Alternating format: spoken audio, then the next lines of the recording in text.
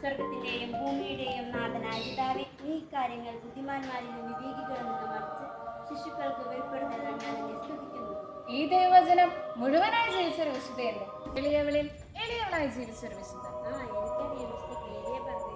അതെ, വിശുദ്ധ ക്ലേലിയ ബർബേ.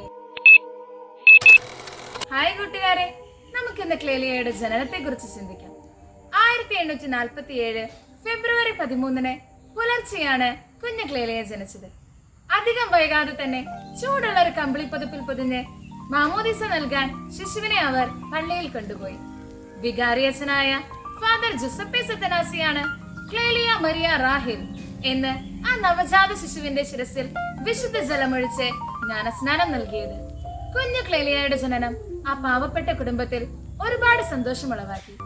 അവൾ ദൈവത്തിനും മനുഷ്യർക്കും ഒരുപോലെ പ്രിയപ്പെട്ടവളായിരുന്നു. അനുജത്തി എർണസ്തീനായുടെ ജനനം ആ സന്തോഷം ഒന്നുകൂടി വർദ്ധിപ്പിച്ചു. അതെ കൂട്ടുകാരെ, നാം ഓരോരുത്തരുടെയും ജനനം ദൈവിക പദ്ധതി പ്രകാരമാണ്. അവിടുത്തെ കണ്ണിൽ നാം എല്ലാവരും വിലപ്പെട്ടതാണ്.